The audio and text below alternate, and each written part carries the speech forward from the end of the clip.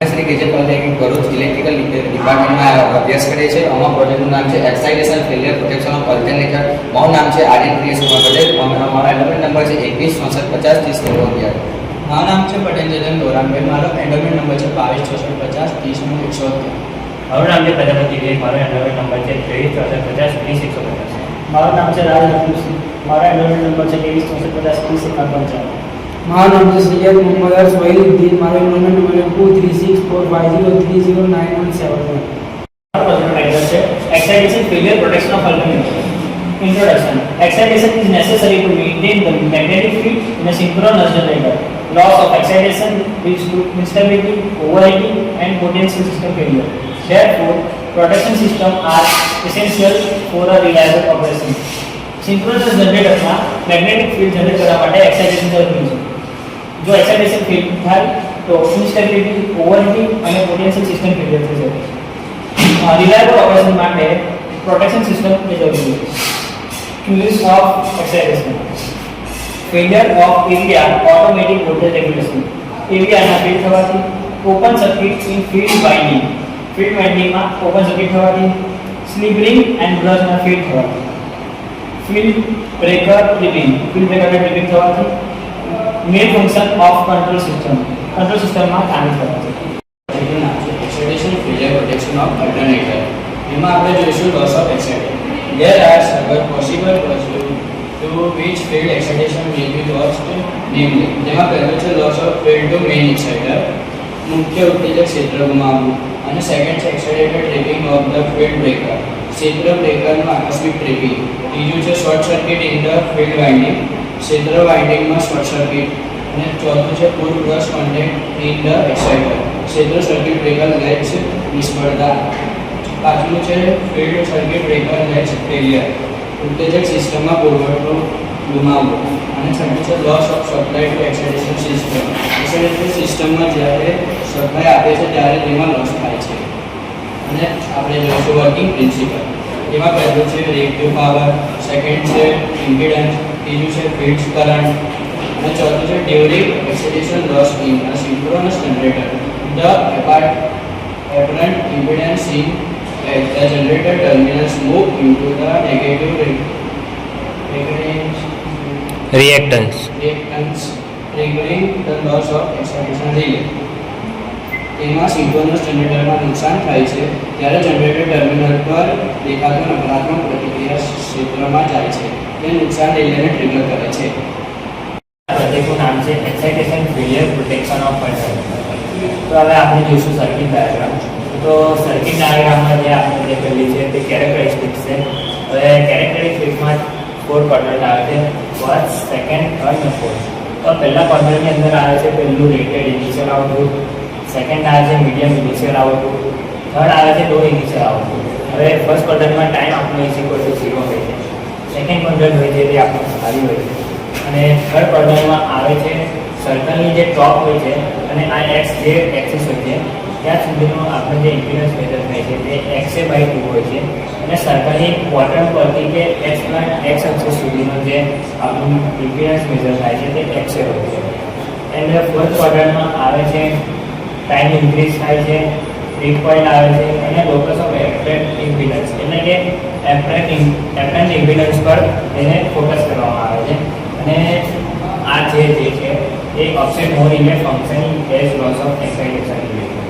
હવે એમાં કનેક્ટેડ છે CT અને એમાં 230 વોલ્ટેજ આપણને રેગ્યુલરલી હોય છે તે આપવામાં આવે છે. હવે આપણે જોઈશું protection against loss of excitation. તેમાં પહેલો પોઈન્ટ આવે છે તો protection scheme uses an offset mode image detect loss of excitation based on impedance measurement. આમાં મોડ ઇમેજનો ઉપયોગ કરવામાં આવે છે જે ઇમ્પિડન્સને મેઝર કરે છે. હવે આપણે જોઈશું બીજો point. The relay is connected to the generator through current transformer and potential transformer to obtain scale current and voltage signals. આમાં જનરેટર રિલે સાથે કનેક્ટેડ હોય છે, જેમાં કરંટ ટ્રાન્સફોર્મર અને પોટેન્શિયલ ટ્રાન્સફોર્મર બી કનેક્ટેડ હોય છે. તો કરંટ ટ્રાન્સફોર્મરનો ઉપયોગ છે કરંટને મેઝર કરવાનો, અને પોટેન્શિયલ ટ્રાન્સફોર્મરનો ઉપયોગ છે વોલ્ટેજને મેઝર કરવાનો. અને ત્રીજો પોઈન્ટ છે the measurement impedance is continuously compare with the preset offset characteristic in the RX plan. એટલે કે જે આમાં મેજર થયેલો ઇમ્પિડન્સ છે તે કન્ટિન્યુઅસલી RX કેરેક્ટરિસ્ટિક સાથે કમ્પેર કરે છે. હવે ચોથો પોઈન્ટ છે under normal operation the impedance remains outside the relay operating distance. એટલે કે સામાન્ય રીતે આમાં આઉટસાઇડ રિલે જે ઓપરેટિંગ રિજન છે તે નોર્મલ ઓપરેશન સાથે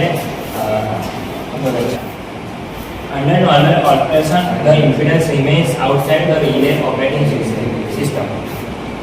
બરોબર. હવે આપણે જોઈશું ચોથો point under normal operation the impedance remains outside the relay operating region. આમાં સામાન્ય રીતે જ્યારે રિલે કામગીરી કરે છે ત્યારે તેનું ઓપરેટિંગ રિજન કંઈ બહાર રહે છે.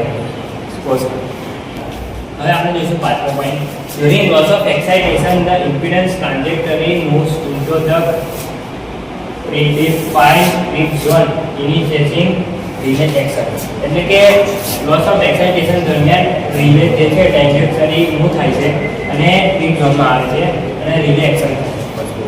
હવે આપણે જોઈશું છઠ્ઠો point the offset setting helps avoid operation during stable power swings and external disturbance. એટલે કે જ્યારે સ્ટેબલ પાવર સ્વિંગ અને એક્સટર્નલ ડિસ્ટર્બન્સ થાય છે ત્યારે ઓફસેટિંગને અવોઇડ કરવામાં આવે છે. હવે આપણે જોઈશું સાતમું point a delayed unit is incorporated to prevent false tripping during transient condition. એટલે કે ડિલે જ્યારે ઇનકોમ્પોનેન્ટ થાય છે ત્યારે ટ્રેકિંગ ટ્રાન્ઝિયન્ટ કન્ડિશનને દૂર કરવામાં આવે છે. હવે આપણે જોઈશું આઠમું point the relay output is connected to the trip circuit of the generator circuit breaker. એટલે કે રિલે યુનિટ જે છે આપણે તે જનરેટર અને ટ્રીપ સર્કિટ સાથે જોડવામાં આવે છે. હવે આપણે જોઈશું નવમો point in the scheme in some scheme two stage protection is use. એટલે કે બે સ્કીમ છે જે પ્રોટેક્શન માટે યુઝ થાય છે. તો પહેલો સ્ટેજ છે એમાં અલાર્મ વિથ ડિલે એટલે કે અલાર્મ સાથે જે લેટ થાય છે. સેકન્ડ પોઈન્ટ છે અને સેકન્ડ સ્ટેજ છે તે ટ્રીપ ઇફ કન્ડિશન રજિસ્ટર એટલે કે જ્યારે કન્ડિશન આવે છે ત્યારે ટ્રીપ થાય છે. હવે આપણે જોઈશું The circuit may include backup protection ensure operation if the primary relay fails. જ્યારે પ્રાઇમરી રિલે ફેલ થાય છે ત્યારે બેકઅપ પ્રોટેક્શન ચાલુ થાય છે. હવે modern implementation may use numerical relay replacing traditional electromechanical relay for better accuracy and flexibility. એટલે કે આમાં ન્યુમેરિકલ રિલે છે તેને રિપ્લેસ કરીને ઇલેક્ટ્રોમેકેનિકલ રિલે લગાવવામાં આવે છે જે એક્યુરેસી અને ફ્લેક્સિબિલિટી માટે સારી છે. અને લાસ્ટ પોઈન્ટ છે the system ensure condition with the excitation control system એટલે કે એવીઆર એટલે કે automatic voltage regulator for proper discrimination between fault and normal variation. એટલે કે સિસ્ટમમાં જે કંટ્રોલ કરવા માટે હોય છે તે એવીઆર હોય છે જે ઓટોમેટિક વોલ્ટેજ રેગ્યુલેટર હોય છે. અને તે The system ensure coordination with the excitation control system AVR for proper discrimination between faults and normal variation. આ સિસ્ટમમાં ફોલ્ટ અને બેલ કરવા માટે AVR નો ઉપયોગ થાય છે જે ઓટોમેટિક વોલ્ટેજ રેગ્યુલેટર છે. Excitation failure protection of alternator na advantages. Loss of excitation causes the generator to draw excessive magnetizing current, leading to repeat overheating and possible rotor damage.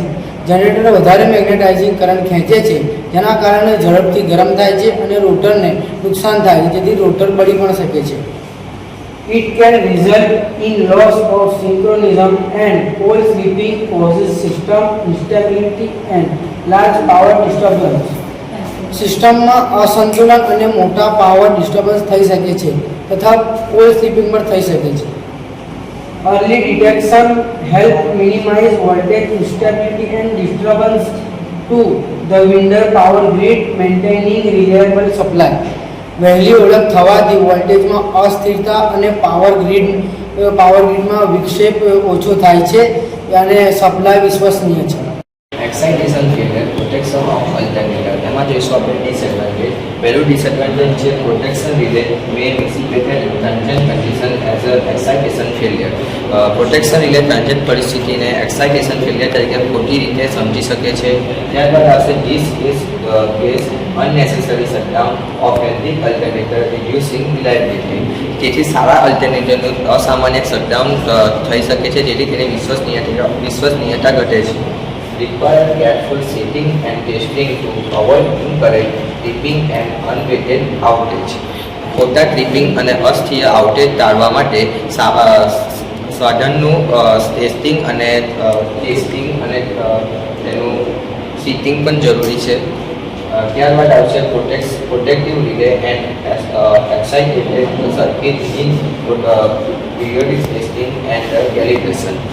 Protection relay અને સંબંધિત circuit અને નિયમિત testing અને calibration પણ તેનું નિયમિત calibration કરવું જરૂરી છે. In large installation is encourage maintenance complexity and duration. મોટી સાધનોમાં મેન્ટેનન્સ વધુ જટિલ અને તેમાં સમયલક્ષી પણ ઓછો બને છે. The system may measure external disturbance as a excitation failure. સિસ્ટમમાં બાહ્ય વિક્ષેપોને એક્સાઇટેશન ફેલિયર તરીકે ખોટી રીતે વાંચી શકાય છે. બનાવવા માટે અમે જે રેફરન્સ બુકનો ઉપયોગ કર્યો છે તે જે વાયજી પત્યાંકર જેની બુક છે સ્વિચગેટ એન્ડ પ્રોટેક્શન અને જે સિન્સ 2003માં છપાયેલી છે અને તે નાગપુરમાં છપાઈ હતી.